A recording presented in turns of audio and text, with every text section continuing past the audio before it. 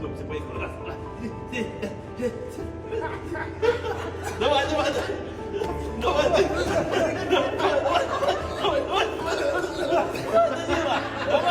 давай, давай. Oleksandr Usyk prepares for Rico Verhoeven with brutal, elite-level training, pushing his body to the absolute limit for this massive showdown. Oleksandr Usyk framed his mentality around routine and discipline, explaining that training camp is built on prayer, preparation, and self-improvement instead of spending every moment focused on the opponent. I love boxing because it's an instrument. God gave me a chance about boxing. Boxing is great.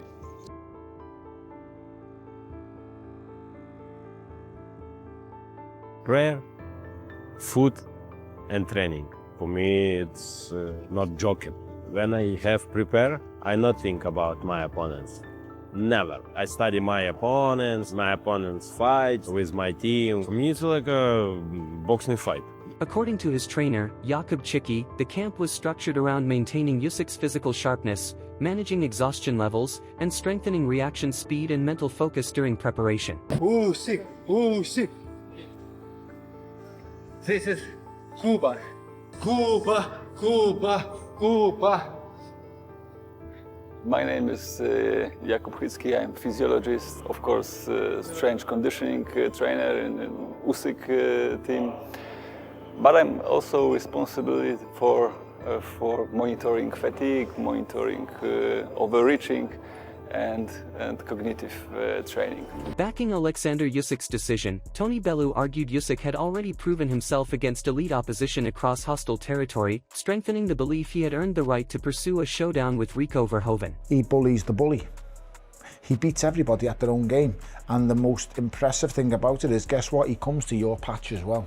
He's the only fighter in the history of the sport that goes to other people's backyards and beats everybody up on their own patch. Unfortunately, he done it to me as well. And nothing annoys me more than when I see fighters don't give him the credit he deserves. Because not only is he such an amazing fighter, he's a wonderful human being. He's a really nice guy.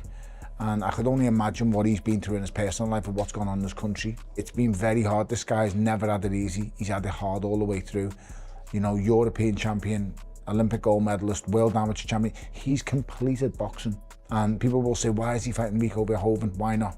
He's in a position where he can dictate, and he's in that position of power now. On the other hand, Rico Verhoeven reduced the formula to hard work and structure, saying the intensity of camp naturally sharpened his body while his diet stayed strictly managed behind the scenes by a personal chef. I'm eating myself slim. So the more I'm eating, the slimmer I'm getting because I'm training very hard and your body's just in a burning process. Like, right. And when the food is gone, it's gonna start burning fat. So I get slimmer the closer I get to the fight. I said, but when you see what I eat, it's like, how do you do that? But it's just all because you're just training so much. Yeah. So what kind of foods do they prepare for you? Did they have like those pre-prepared packets and you just heat them up or something like that? Like how does that work? Yeah. Like a meal prep company does? Yeah. No, it's just like a private cook. Okay. Yeah, private chef that runs with me. And just make sure every day I get. Challenging Oleksandr Usyk directly, Rico Verhoeven warned that years of boxing experience would not prepare him for the unpredictability of kickboxing, insisting Usyk should expect anything once the fight starts. I'm bigger. Yeah. I'm stronger. Can I ball for a minute? Ride on. I got this, let it roll like a night storm. Forever winning, don't you ever get in my way. Cause otherwise I'ma rise up in your face. I'm something that he's not used to. I'm a kickboxer. Two worlds are colliding. Adding further weight to Rico Verhoeven's preparation, Peter Fury pointed to his discipline, coachability, and deep roots in combat sports as major strengths inside camp. Rico is a fighting man, that's all he ever knows. He's been doing it from being a baby. He's very highly driven. He's a good listener. You know, you rely on your team. The team is me and Dennis. Dennis Croyle's gym in Super Pro, Zevenberger.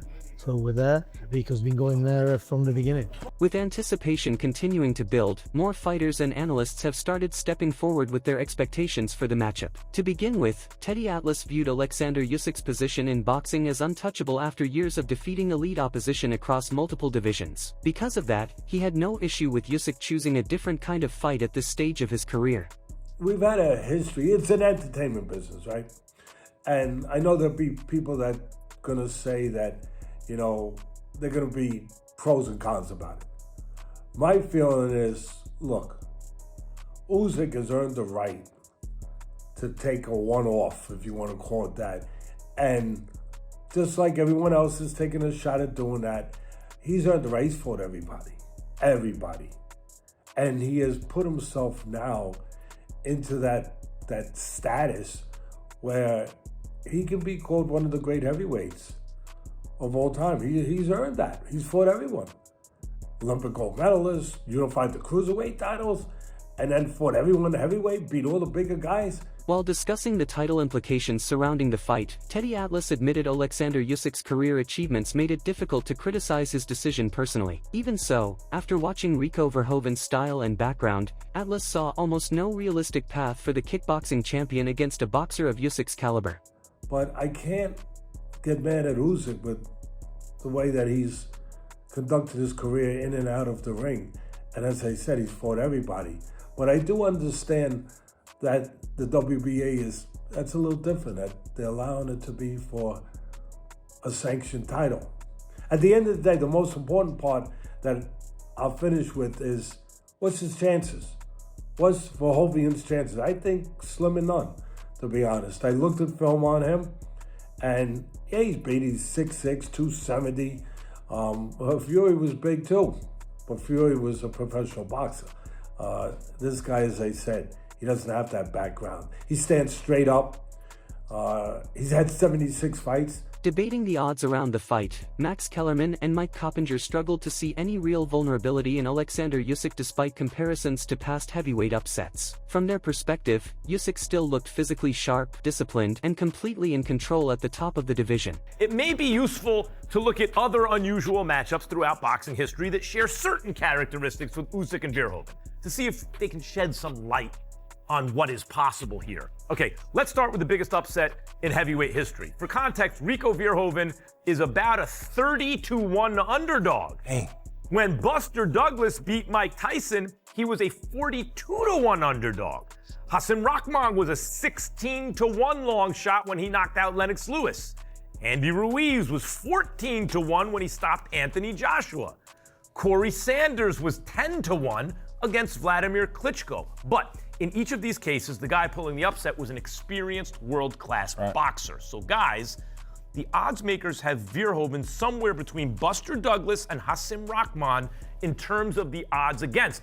And a big factor in those odds were who they were up against. Not like Buster Douglas was fighting anyone. He's fighting a prime Mike Tyson. Yeah. You know, Hasim Rahman is fighting a prime Lennox Lewis. Verhoeven is not as accomplished a boxer as Douglas or Rahman. So do these odds suggest that Usyk is seen as more beatable than Tyson or Lewis? That's a good question. You know, it's funny, right? Even though Usyk's 39, I feel like he's at the top of his game. Yeah. I haven't seen any slippage at all. Good. I feel like and if you see the photos, it looks like Usyk put on a lot of muscle. I mean, this guy looks like a tank right now. It's true. Rico don't got a shot. No shot. Front, man. He ain't got no shot. It's ridiculous. But what do you think of is Usyk? Do you see Usyk as vulnerable? Nah. Usyk, man, I feel like he's at his best right now. To be honest with you, it's just he's different. He's different. He takes care of himself. Continuing the discussion around the fight, Max Kellerman argued that Oleksandr Usyk possessed far fewer weaknesses than past heavyweight legends who suffered shocking upsets. Between the skill set, toughness, conditioning, and mentality he brought into fights, Kellerman viewed Usyk as the type of champion completely prepared for the deepest levels of combat. Usyk's bag is so deep. He's got the heart. He's got the chin. I don't think Usyk is a guy that you're just gonna he's susceptible to a knockout. In a certain way, I think the odds are disrespectful to Usyk because in certain ways he's less vulnerable than Lennox or Mike were. That's true. Real quick, because I agree with you, kinda, but you said a lot there. I just want to break it down. Yeah. Because at Mike's best, we not giving him not a chance to beat Usyk. Of course, you give when you can punch like Mike and you're that fast. Okay. You got to give him a chance to beat anyone. I'm just saying, like when Mike has said it about Ali. We mentioned it earlier.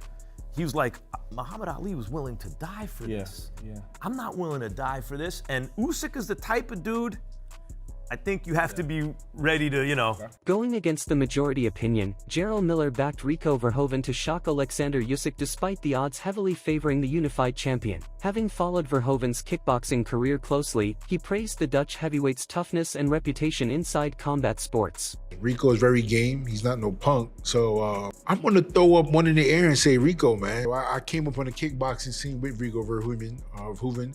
You know, Glory and K1, phenomenal fighter in his respectable sport. If you want to go by the statistics, yes, the fight's favorite Usyk, yes, Usyk's supposed to win, all that, yes, we can say that, but I'm going with my boy Rico, man. Sharing his thoughts on the fight, Shane McGuigan believed the difference in boxing levels between Oleksandr Usyk and Rico Verhoeven was simply too wide to overcome. From his perspective, Verhoeven's kickboxing success meant very little once he stepped inside the ring with a master boxer like Usyk. A final one for myself, just wanted to quickly get your thoughts on Usyk against Verhoeven, obviously in a couple of weeks' time, but yeah, just your thoughts and feelings on that fight.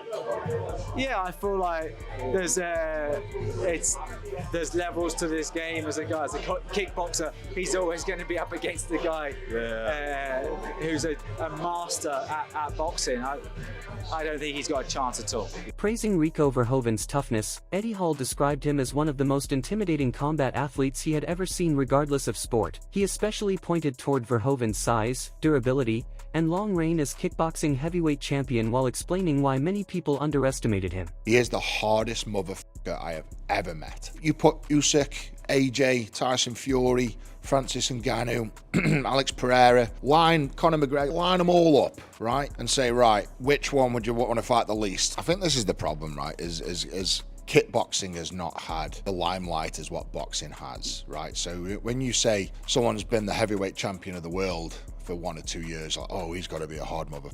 Rico has been the world kickboxing champion for 14 years in a fucking row. He's never once been knocked out. He is humongous. He's over, I'm going to say 125, 130 kilo. 6'5", 6'6", just a huge human being. Questioning the entire crossover trend, Chael Sonnen argued that MMA fighters moving into boxing had never truly worked from a competitive or business standpoint. In his view, many fans continued misunderstanding how difficult and unrealistic those matchups actually were inside the boxing world. Alright guys, time out. I don't know how we've even gotten to this point. I haven't the f***iest idea how we've even gotten to this point, but let's do our best to try to clear this up right now, okay?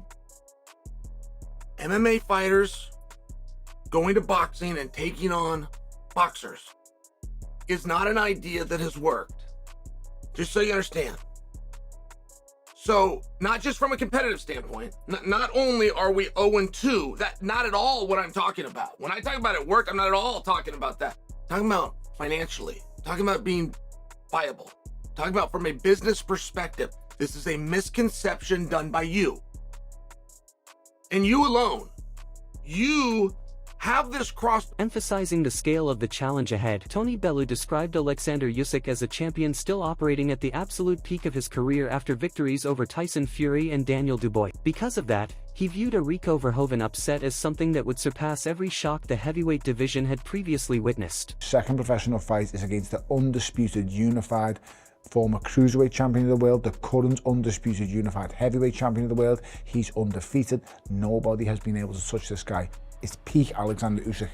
He's just defeated a man who's 20 stone and 6'9" in Tyson Fury twice. He's just defeated a record machine in Daniel Dubois who was on the run of his life. This isn't a guy who's washed up having a comeback fight against somebody. This is a guy in his peak and in his prime. Put that into perspective. If Rico Verhoeven is to do this, it's off the Richter scale. This is bigger than Buster Douglas knocking out Mike Tyson. That's how big this is. This would be the greatest shock in boxing history. Last time out, Usyk really made Daniel Dubois' life a misery in that Wembley battle. Talking about the fight, Radio Raheem made it clear he had no issue with Oleksandr Usyk choosing a voluntary defense after everything he accomplished in boxing. What surprised him more was seeing a kickboxer like Rico Verhoeven suddenly enter the heavyweight championship conversation. I mean, first of all, Sean and all those who tune in to see and listen to Sean and have to put up with me, I am on the road, so you'll have to forgive a little bit of camera jockeying as I try to get in position here. And hope that my internet remains somewhat stable. If not, just keep watching. Sean will be back soon. the first thing I would like to do is change the title of this fight to "Who is this Giza?" So what is this? I don't begrudge Usyk taking a voluntary, but I thought he was going to be a voluntary boxer, a voluntary like Wilder. Discussing Oleksandr Usyk's legacy, Hazem Rahman believed his achievements already placed him in the highest tier of heavyweight history. Even while comparing different boxing eras and legends like Evander Holyfield, the conversation kept circling back to how complete Usyk's career had become. Usyk, now, I think I'll be getting in trouble for saying this. Shout out to Boo Boo and Jacobs. Usyk is one of the heavyweight GOATs. I think he's the greatest. He's an all-time great fighter. He can't be that. Why? Resume-wise, yes. Resume-wise, for sure. No, Holyfield has a better resume. No, he doesn't. Tyson, undefeated, gold medal. It's gold medal. Well, yeah. He got a gold medal. Everything Holyfield got, and he undefeated. But I think the Holyfield got better wins overall. Bigger names. That's the thing. It's like the Jordan and LeBron type. Boxing was different back then. Basketball was different back then. That's what I'm saying. So you can never really get a real answer, but if you just go by accolades, Usyk is the GOAT. For sure. Continuing the comparison between Oleksandr Usyk and Evander Holyfield, Hazem Rahman pointed toward Usyk's undisputed achievements across both cruiserweight and heavyweight during the four-belt era. From his perspective, future generations would eventually judge the accomplishments on paper and recognize how rare those milestones truly were. Because you got to remember, 2 generations from now, people not going to be trying to hear all this stuff that they're going to have the knowledge we have, right? They're just going to look at the record books and say, wow, this man did that. In fact, he did something that Holyfield ain't do.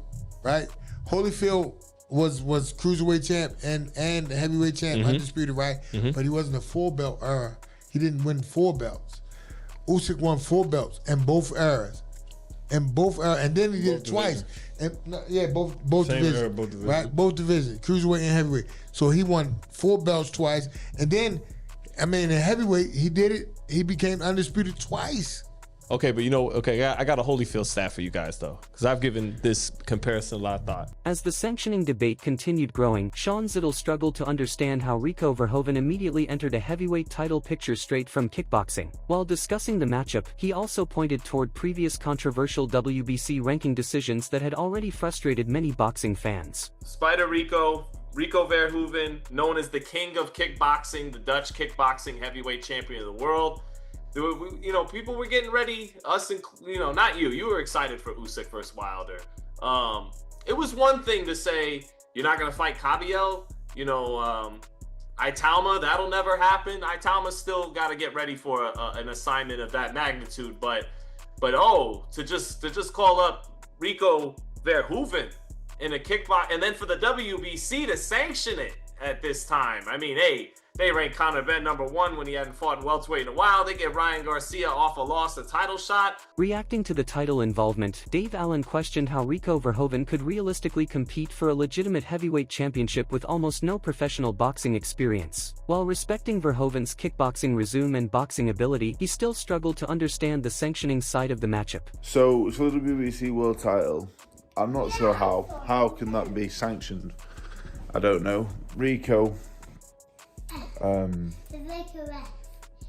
he's a good boxer. I sparred Rico years ago, and he can box. I sparred in 2014, and he can box. But he had 1 pro fight, I think, at a lower level, and won it. Possibly, I don't know much about kickboxing. I'm told he's one of the best kickboxers in history. Great, but how this can get sanctioned for a world heavyweight, a genuine bona fide heavyweight championship belt? Continuing his criticism of the matchup, Allen argued that Verhoeven should not receive an immediate shot at a legitimate heavyweight championship after only 1 professional boxing fight. In his view, contenders already climbing through the rankings had done far more to earn that opportunity inside the division. I don't like it, really. I don't like how he's coming from another sport. I had 1 pro fight and fight for the World Heavyweight Championship. What is meant to be the belt. I don't like that. I don't agree with it. You should earn your shot. So it is a real professional fight. When you got the likes of Kabiel, Wardley, there's a few worthy challenges to Usyk. When I say worthy challenges, you know, anyone inside the top 15 and then governing bodies with the WBC and the other belts that holds, they're all worthy challenges, and they all, for the most part, would give him somewhat of a fight. Reacting to the crossover matchup, David Hay believed Oleksander Usyk had fully earned the right to take a fight like Rico Verhoeven after years of facing elite opposition across multiple divisions. From his perspective, Usyk had already given boxing fans every major challenge possible before finally choosing a high-profile spectacle fight. Does he deserve this sort of fight with a kickboxer, Rico Verhoeven? I think as soon as I heard it, it put a big smile on my face. He's given the boxing fans everything. He's given the boxing fraternity and the hardcore purists fight after fight. If you'd have said from the amateur days, from when he's turned over, what's the toughest, hardest possible route for this Olympic champion to fight at cruiserweight? The fights he had, one after another, tough guys. He's fought the very, very best, beat them, got up to heavyweight. Okay, fight AJ, fight Tyson Fury. Okay, fight him again, just in case it was a fluke. Beat them all twice. Now he's like, okay, I've done it all. I'm a fight kickboxer for a load of dough who's never had a boxing match. As Oleksander Usyk and Rico Verhoeven move closer to fight night, the boxing world remains split between spectacle and legitimacy. Some believe Usyk already earns the right to take any fight he wants, while others still question the title implications surrounding the matchup. Either way, the event continues pulling massive attention across combat sports. Drop your prediction in the comments below, and don't forget to like, subscribe, and turn on notifications for more boxing coverage.